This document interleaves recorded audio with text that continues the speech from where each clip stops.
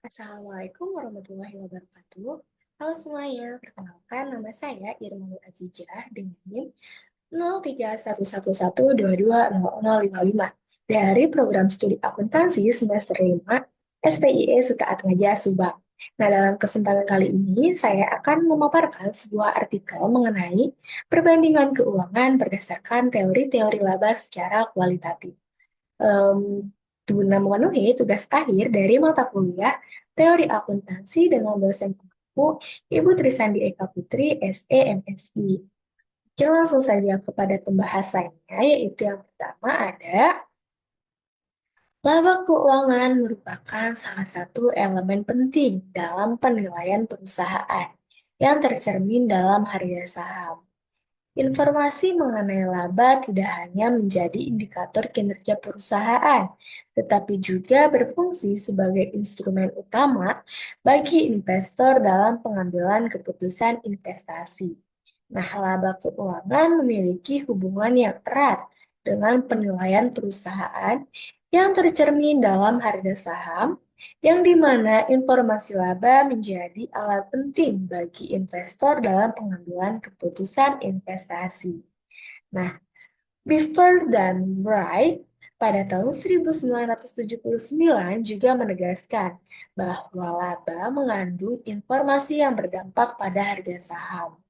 Lalu Sayekti pada tahun 2007 mencatat adanya korelasi lemah antara return saham dan tingkat laba.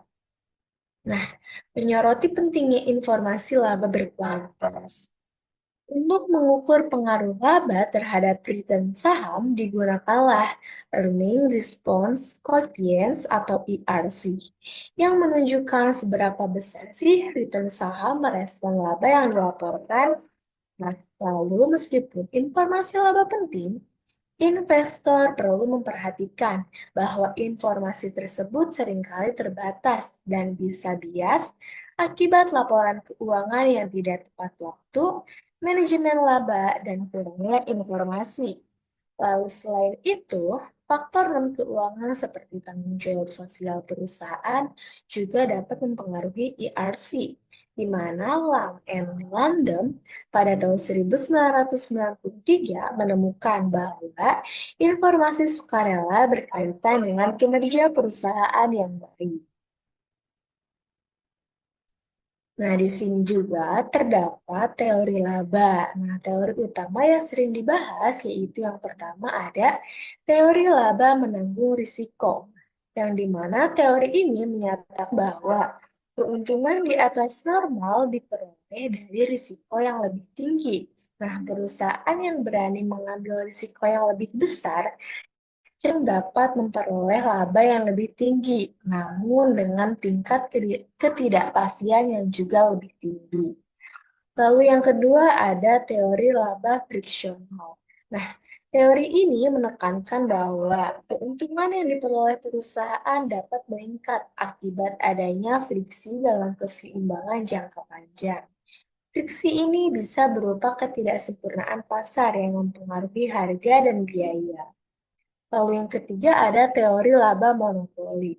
Nah, teori ini menggambarkan bagaimana sih perusahaan dengan kekuatan monopoli dapat menetapkan harga lebih tinggi daripada harga pasar yang wajar. Nah, dalam situasi ini, perusahaan dapat mengendalikan pasokan dan harga, sehingga menghasilkan laba yang lebih tinggi. Lalu yang keempat ada teori laba inovasi. Nah, menurut teori ini, inovasi yang berhasil dapat menghasilkan laba di atas normal. Perusahaan yang mampu berinovasi dan menghadirkan produk atau layanan yang baru yang diminati pasar dapat memanfaatkan posisi ini untuk meningkatkan profitabilitas. Lalu yang terakhir ada teori efisiensi manajerial. Nah, teori ini menekankan bahwa perusahaan yang dikelola dengan baik akan memperoleh laba di atas rata-rata. Efisiensi dalam pengelolaan sumber daya dan pengambilan keputusan yang tepat menjadi kunci untuk mencapai hasil laba yang optimal. Nah, di sini juga ada konsep laba. Dalam konteks perpajakan, laba dapat diartikan sebagai total penghasilan kotor yang diperoleh perusahaan. Namun, dalam laporan keuangan, laba dapat diartikan sebagai jumlah bersih setelah dikurangi biaya-biaya yang diperlukan untuk menghasilkan pendapatan.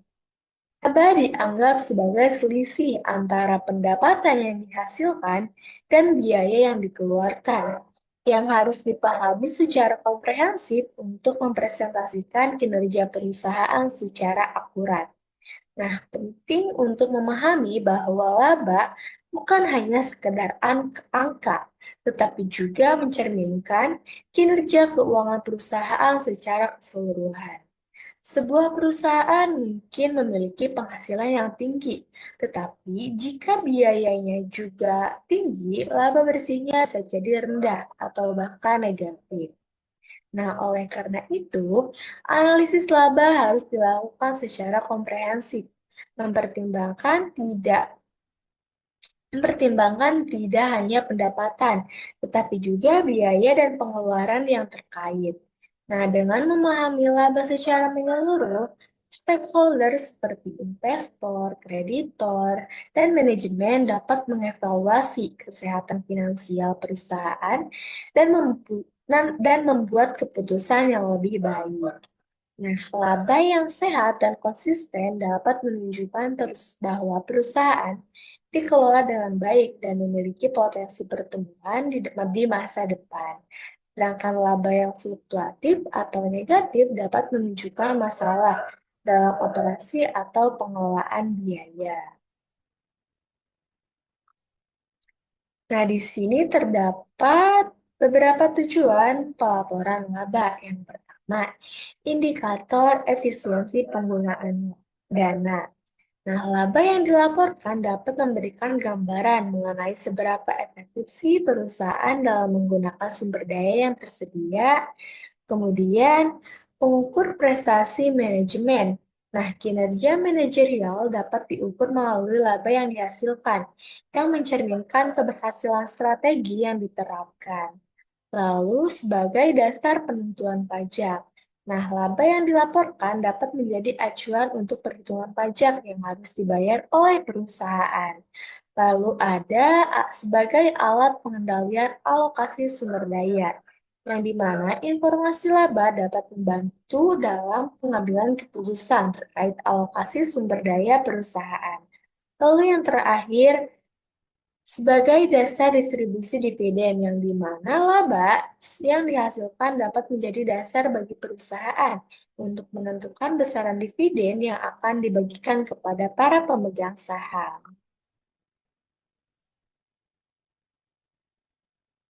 Nah, di sini juga terdapat kesimpulan dari paparan sebelumnya yang dimana informasi laba memiliki dampak signifikan terhadap keputusan investasi.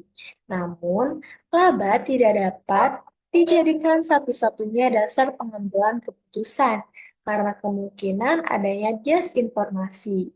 Oleh karena itu, pemahaman yang mendalam tentang teori-teori laba dan pelaporan keuangan sangat penting bagi investor dan pihak-pihak terkait lainnya. Dengan memahami berbagai teori dan konsep yang ada, diharapkan investor dapat membuat keputusan yang lebih bijaksana dan terinformasi dalam berinvestasi. Nah, perbandingan keuangan berdasarkan teori-teori laba secara kualitatif merupakan alat yang penting untuk menilai kualitas laba dan membantu pengambilan keputusan yang lebih baik. Analisis ini mempertimbangkan faktor-faktor yang mempengaruhi kualitas laba, seperti metode akuntansi, pertimbangan manajemen, dan faktor eksternal. Dengan memahami teori-teori laba dan melakukan analisis kualitatif, investor, kreditor, dan manajemen dapat memperoleh pemahaman yang lebih komprehensif tentang kinerja keuangan perusahaan. Di sini terdapat referensi yang digunakan untuk pembuatan artikel, yang dimana mengambil salah satu jurnal Exis Food yang berjudul Perbandingan Keuangan Berdasarkan Teori-Teori Laba Secara Kualitatif oleh Ahmad Rashidin, Budi Dharma, dan Febri Sari Siahaan dari Universitas Islam Negeri Sumatera Utara dan juga Universitas Tangerang Raya. Mungkin cukup sekian yang dapat saya sampaikan. Kurang lebihnya mohon maaf. Wassalamualaikum warahmatullahi wabarakatuh.